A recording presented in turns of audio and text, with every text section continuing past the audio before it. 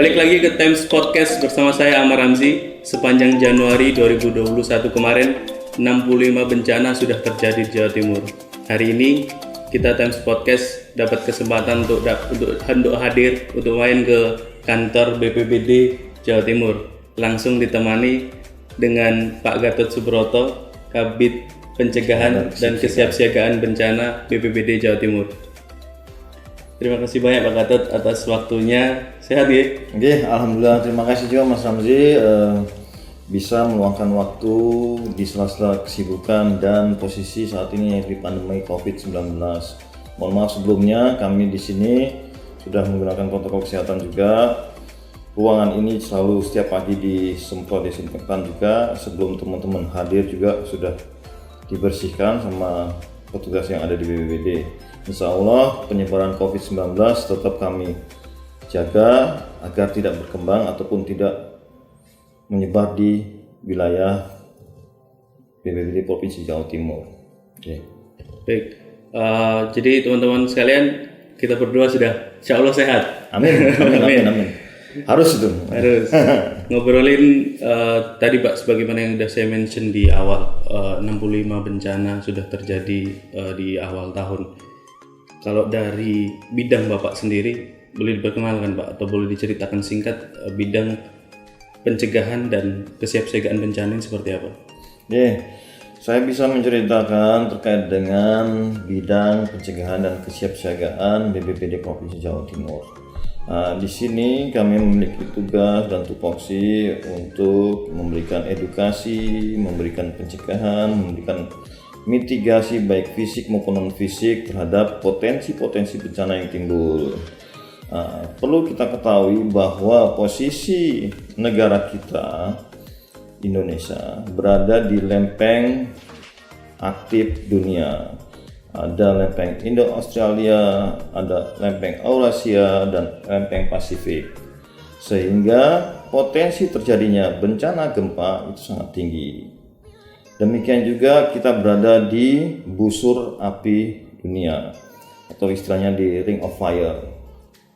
Hal inilah yang membuat Indonesia sering terjadi bencana alam, baik itu banjir, gempa bumi maupun longsor, itu Mas. Kalau di Jatim sendiri Pak Gatot, yang paling banyak bencana terjadi rata-rata itu apa Pak? Untuk Jawa Timur sendiri, potensi bencana yang terjadi ada 13 ancaman bencana. Salah satunya adalah bencana likuifaksi yang terakhir. Barusan diinformasikan oleh teman-teman geologi bahwasanya ada potensi likuifaksi di Jawa Timur. Selain likuifaksi tersebut sudah umum terjadi seperti banjir, tanah longsor, gempa bumi, itu sudah ada di wilayah Jawa Timur, karena Jawa Timur sendiri merupakan etalase bencana. Hampir semua potensi bencana terjadi, termasuk juga namanya bencana non alam. Pandemi COVID ini termasuk bencana non alam yang juga ditangani oleh BPBD. Nah, dari potensi bencana tersebut, kami dari BPBD khususnya bidang pencegahan dan kesiapsiagaan untuk memberikan edukasi ke masyarakat. Ada beberapa kegiatan yang kami lakukan. Di antaranya ada pembentukan desa tangguh bencana. Di desa tangguh bencana tersebut kami berharap warga di desa tersebut bersama aparatnya bisa sigap, bisa cekatan bila mana bencana tersebut terjadi, dan mereka juga harus siap setelah pasca bencananya, baik itu RR-nya juga untuk kesiapsiagaan menghadapi bencana tersebut. Itu untuk yang Destana. Lalu untuk sekolah-sekolah kami selalu ada yang namanya kegiatan program sekolah aman bencana SPAB. Sekolah pendidikan aman bencana itu tiap tahun kami lakukan untuk memperkenalkan potensi bencana yang ada di Indonesia kepada anak-anak didik, lalu mengajarkan mereka bagaimana cara penanggulangan atau mengatasi potensi bencana tersebut bila terjadi. Itu untuk yang teman-teman ataupun adik-adik sekolah. Lalu keterlibatan semua pihak, terutama organisasi relawan, itu kita rekrut, kita ajak kerja bareng yang senang untuk kegiatan kemanusiaan. Itu namanya kita buat yang namanya SRPB, Sekretariat Relawan Penanggulangan Bencana, serta ada FPRB, Forum Pengurangan Risiko Bencana. Nah, dengan teman-teman tersebut kami selalu diskusi, melakukan banyak kegiatan untuk memberikan edukasi dan penyadaran ke warga maupun ke masyarakat di wilayah-wilayah. Kalau bicara tadi ke sekolah-sekolah Pak, dari kurikulum sendiri apakah sudah match Pak dengan instansi terkait pendidikan, dinas pendidikan atau kementerian sendiri? Jadi misalkan di satu wilayah, satu daerah itu ada potensi longsor gitu, ada kurikulum khusus di sekolah yang ada di daerah itu khusus mengajarkan anak-anak bagaimana menyelamatkan diri dari longsor, apa seperti itu? Kalau untuk kurikulum tidak ada, untuk sebenarnya belum ada. Tapi kami mencoba untuk bekerja sama dengan pihak sekolah dan teman-teman relawan. Nanti kami mendukung dengan kegiatan sosialisasi tersebut, memperkenalkan anak-anak, mengajak mereka belajar evakuasi. Bila bencana tersebut terjadi. Lalu sekarang itu ada yang namanya MOSIPENA, mobil edukasi pencegahan bencana. Nah, itu di situ MOSIPENA itu penanggulangan bencana. Nah, dari situ kita berharap mobil itu nanti keliling dengan adanya video, karena selama ini anak-anak paling senang bila mana ada video-video yang diputarkan. Nah, jadi dari video tersebut mereka bisa menonton apa yang menyebabkan bencana tersebut terjadi. Katakanlah kayak banjir dan tanah longsor, itu mungkin hutannya dikundulin dulu, terus ada hujan sehingga terjadi longsor. Nah, dari hal-hal kecil tersebut itu bisa tertanam ke pemikiran anak-anak itu, dan mereka menjadi agen-agen yang kita harapkan untuk adanya pencegahan terhadap potensi bencana yang ada.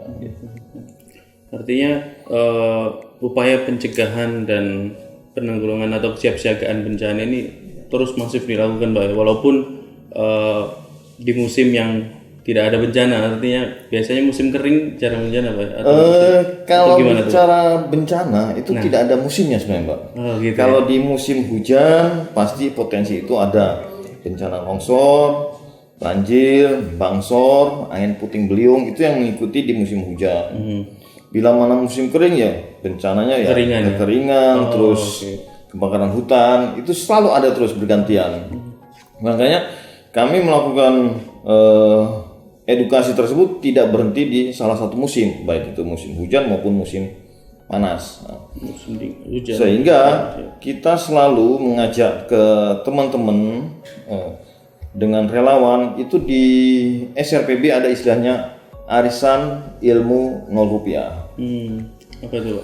Arisan ilmu Rp0 itu dengan semangat yang ada di teman-teman relawan yang tergabung dalam SRPB itu, mereka keliling ke wilayah-wilayah, ke daerah-daerah, menyampaikan ataupun mengumpulkan teman-teman yang pegiat kemanusiaan dan masyarakat, menyampaikan bahwasanya ini loh potensi bencana yang ada di situ, begini loh penanganannya, ini loh ilmu yang bisa kita dapatkan terkait dengan kebencanaan, bisa mereka saling tanya jawab di situ. Lalu di FPRB kan kami ada dua lembaga yang kami ajak bersama, yaitu ada SRPB sama FPRB. Kalau di FPRB ada istilah yang namanya SDSB, Sambang Dulur Sinau Bareng. Nah itu. Jadi sama saja saling bertukar ilmu, bertukar pikiran dengan warga di wilayah-wilayah tertentu yang menjadi target potensi bencana. Di situ mereka bisa bertukar pikiran, apa sih masalah yang dihadapi wilayah tersebut, apa yang perlu dilakukan atau peningkatan apa yang bisa dilakukan di wilayah tersebut. Gitu. Terus untuk dunia pendidikan kami sudah bekerja sama dan mengajak beberapa teman-teman di perguruan tinggi kegiatan yang namanya KKN tematik. Di KKN tematik tersebut mahasiswa diajak untuk ber-KKN dengan memberikan edukasi ke warga terkait ancaman bencana yang terjadi di situ, potensinya apa. Lalu mengajarkan ke warga kaitan dengan cara penanggulangannya seperti apa. Mungkin mereka harus menanam pohon ataupun apa yang bisa menghindari terjadinya bencana yang akan datang. Saya sampaikan bahwa tahun 2019 bencana yang terjadi di Jawa Timur ada 459 bencana. Lalu di tahun 2020 ada 273 kejadian bencana. Artinya di situ sudah ada penurunan. Penurunan tersebut kita berharap mudah-mudahan dengan adanya kegiatan yang kami lakukan bersama masyarakat dan relawan, insya Allah itu merupakan salah satu indikator yang bisa menurunkan penurunan tersebut. Dan kesadaran masyarakat terhadap potensi bencana yang ada di sekelilingnya itu meningkat, sehingga bencana yang kemungkinan terjadi itu bisa minimal mengurangi nyawa yang terdampak dari bencana yang ada itu. Kalau bencana alam sendiri kan mungkin kita nggak bisa nggak bisa mencegah atau seperti apa, hanya bisa untuk menyelamatkan diri ya, menyelamatkan warga supaya tidak ada korban bencana. Betul. Kemudian Pak, bicara tadi Jatim adalah etalase bencana. Setahu saya sendiri Surabaya tidak ada BPBD Pak, itu seperti apa? Kalau di minim bencana atau sudah? Kalau di Surabaya sebenarnya ada Mas. Hanya posisinya dia masih bergabung dengan Linmas. BPL Linmas, sehingga upaya-upaya sosialisasi terus pencegahan terhadap potensi bencana tetap mereka lakukan juga lewat Linmas itu. Tapi Mas posisinya sekarang masih bergabung, gabung jadi satu dengan Linmas. Kalau di wilayah lain mungkin menjadi terpisah-pisah ya, Linmas sendiri, BPBD sendiri. Tapi kalau untuk Surabaya ada gabungan dua OPD. Artinya tetap juga ke sekolah-sekolah tadi. Betul. Upaya pencegahan, upaya preventifnya jalan terus.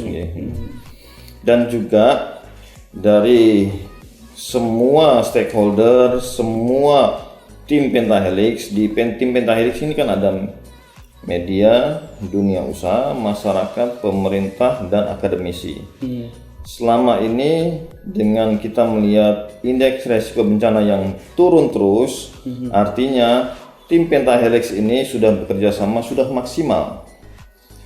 Perlu saya sampaikan bahwa di tahun 2018 itu indeks resiko bencana di Jawa Timur itu 153. Itu masih kategori tinggi. Tapi pada tahun 2019 sudah turun jadi 138 dan insya Allah tahun 2020 kemarin 126. Artinya tingkat ancamannya itu sudah mulai menurun. Standarnya berapa tuh Pak? Minimal? Kalau rendah nggak mungkin. Tapi kalau kita mungkin bisanya cuma di level 1,1 menengah tadi. Karena kalau bicara ancaman pasti selalu ada. Untuk kembali ke nol artinya tidak ada ancaman sama sekali tidak mungkin. Tapi dari poin IRB tadi sudah bisa dipastikan bahwasannya kerjasama peran serta dari tim Pentahelix itu jalan dengan baik. Bicara ini Pak, bencana non alam seperti yang terjadi saat ini pandemi COVID-19. Kita lihat juga ada Satgas COVID-19, BPBD juga ikut menangani. Apakah ini sebuah kolaborasi atau seperti apa Pak? Biar nggak tumpang tindih pembagian tupoksinya seperti apa? Memang di masa COVID-19 ini BPBD terutama soal pencegahan. BPBD itu terlibat dalam penanganan COVID-19 ini. Di sini kami berada di preventif promotif. Posisinya kami selalu melakukan kegiatan seperti misalnya melakukan penyemprotan, terus memberikan himbauan ke warga juga dengan dibantu peran dari teman-teman relawan. Relawan di sini bukan hanya relawan yang sifatnya, mohon maaf, orang yang normal saja ya. Kami juga menggandeng teman-teman dari Gerkatin yang inklusi itu, teman-teman yang difabel kami ajak bareng, terus ada juga waria itu kita ajak untuk kita libatkan dalam pencegahan COVID-19 itu. Mereka memberikan edukasi ke warga, memberikan pengetahuan bagaimana cara menggunakan masker, bagaimana menerapkan 3M, bahkan sekarang sudah 5M. Karena kami paham bahwasanya untuk pencegahan itu sangat mudah dilakukan bila mana dia berada dalam satu komunitas. Kita di luar dari komunitas itu bila memberikan pengarahan ke komunitas lain belum tentu diterima. Karena beda pemahaman. Tetapi kalau satu komunitas, katakanlah kita memberikan pemahaman ke teman-teman tunarungu, mungkin kita nggak bisa. Tapi dari komunitas mereka bisa mereka lakukan. Sehingga kami mengajak teman-teman difabel itu untuk menggandeng mereka biar bisa memberikan edukasi ke komunitasnya mereka. Termasuk juga dengan teman-teman waria. Mungkin selama ini dipandang kurang maksimal peran mereka, sehingga kami minta untuk ya wes ikut berperan serta menahan agar perkembangan COVID itu tidak menyebar di wilayah Jawa Timur. Ikutkan komunitasnya, bagikan masker, kita bantu maskernya. Itu yang kita lakukan. Artinya upaya masif terus kerjasama dengan berbagai elemen masyarakat gitu. Ya. Kemudian marak juga organisasi masyarakat atau pihak swasta yang sekarang bikin tim SAR atau tim nangkap bencana. Itu seperti apa, Pak? Alhamdulillah teman-teman semua itu sudah bisa tergabung dalam dua lembaga yang berada di kami, di SRPB maupun FPRB. Saya juga terima kasih dan sangat bahagia dengan adanya mereka. Karena apa? Tugas kami menjadi lebih ringan. Karena dengan kemampuan, dengan kerelawan mereka mau bekerja, mereka mau berkoordinasi. Datangkan mereka untuk berkoordinasi susah sebenarnya. Tapi kalau dengan mereka paham akan manfaat dan fungsinya, mereka akan datang berkumpul bersama kami, berkoordinasi. Pak, ini kita berbuat ini, boleh nggak? Pak, ini kita lakukan ini, bisa nggak? Nah, kita komunikasi di situ terus. Alhamdulillah, mereka juga mau menerima pandangan atau masukan kita, dan mereka juga menyumbangkan ide-ide mereka. Jadi kami tidak berpikir sendiri, tetapi dengan ide-ide mereka juga kita bisa saling sinergi, bisa saling bekerja sama di lapangan, sehingga pencegahan baik itu COVID saat ini maupun ke potensi bencana itu jalan dengan baik. Potensi bencana terdekat Jawa Timur atau mungkin beberapa kota yang sekiranya ini harus siaga nih, harus siap-siap nih. Oke. Kalau potensi bencana hingga sekarang masih kita fokuskan ke hidrometeorologi. Karena seperti yang disampaikan oleh teman-teman BMKG bahwasanya hingga akhir Maret itu intensitas hujan masih tinggi, sehingga potensi longsor, banjir, dan banjir longsor sendiri itu masih sangat tinggi, dan bisa terjadi wilayah yang sebelumnya tidak pernah banjir akhirnya banjir. Itu bisa terjadi karena apa? Karena mungkin di hulunya sudah tidak ada pohon ataupun hutan yang bisa menahan air hujan yang sangat deras tersebut, atau karena sungainya mungkin sudah tidak bisa menampung kapasitas air yang ada, sehingga perlu kerjasama dari semua pihak untuk penanganan ataupun pencegahan terhadap potensi bencana yang ada tersebut. Pesan Mbak terakhir, pesan Pak Gatot sebagai Kepala Bidang Pencegahan dan Kesiapsiagaan Bencana BPBD Jawa Timur kepada masyarakat Jawa Timur, pesannya apa Pak? Iya, mungkin saya bisa berpesan terkait dengan peluang ataupun potensi bencana yang ada sekarang. Kepada masyarakat, saya minta tolong untuk selalu mendengarkan dan mengikuti perkembangan informasi cuaca terkini, baik itu yang disampaikan oleh teman-teman BMKG atau di wilayah mungkin ada BPBD dan OPD yang memang benar-benar mengurusi terkait dengan kebencanaan. Itu menjadi fokus informasi yang boleh diikuti oleh masyarakat. Jangan pernah mendengarkan berita-berita hoax atau berita yang kebenarnya belum pasti. Dan kita masih dalam potensi bencana hidrometeorologi hingga akhir Maret. Kita minta masyarakat selalu menjaga keluarganya, paling tidak mengikuti perkembangan wilayah terkait cuaca. Bila mana wilayah mereka tinggal itu berpotensi banjir, maka memperhatikan cuaca di sekelilingnya. Apakah cuaca itu mau hujan? Kalau seandainya mau hujan, mereka harus siap-siap bila mana intensitas hujan itu tinggi. Dan perlu kita ketahui, saat ini masih dalam masa pandemi COVID-19. COVID itu nyata dan sudah banyak korbannya. Ini bukan direkayasa ataupun cerita-cerita yang sifatnya Abu Nawas lah. Ini ada benar-benar ada, dan mohon 5M itu dipatuhi. Memakai masker, menjaga jarak, mencuci tangan, mengurangi mobilitas, dan menghindari kerumunan. Karena memang saat ini vaksinasi sudah dilakukan, tapi menjaga itu lebih penting. Kita tidak ingin coba-coba karena kita sudah vaksinasi, akhirnya kita lebih bebas bermain ataupun keluar rumah. Jangan, karena lebih baik kita menjaga kesehatan kita, karena itu akan lebih nikmat dijalani. Itu aja. Kesiapsiagaan bencana supaya kita terhindar dari musibah yang sewaktu-waktu bisa terjadi, Pak. Terima kasih banyak Pak Gatot Subroto, Kepala Bidang Pencegahan dan Kesiapsiagaan Bencana BPBD Jawa Timur, atas waktunya. Sehat selalu. Saya juga terima kasih sudah dikunjungi, sudah mau bermain ke kantor kami. Mudah-mudahan dengan adanya kegiatan ini masyarakat bisa lebih paham, dan saya juga sampaikan bahwa hari ini adalah Hari Pers Nasional. Saya ucapkan selamat untuk semua insan pers yang ada, baik itu nasional maupun yang khusus di Jawa Timur. Salam tangguh, itu aja yang bisa saya sampaikan. Salam tangguh untuk insan pers nasional dimanapun Anda berada.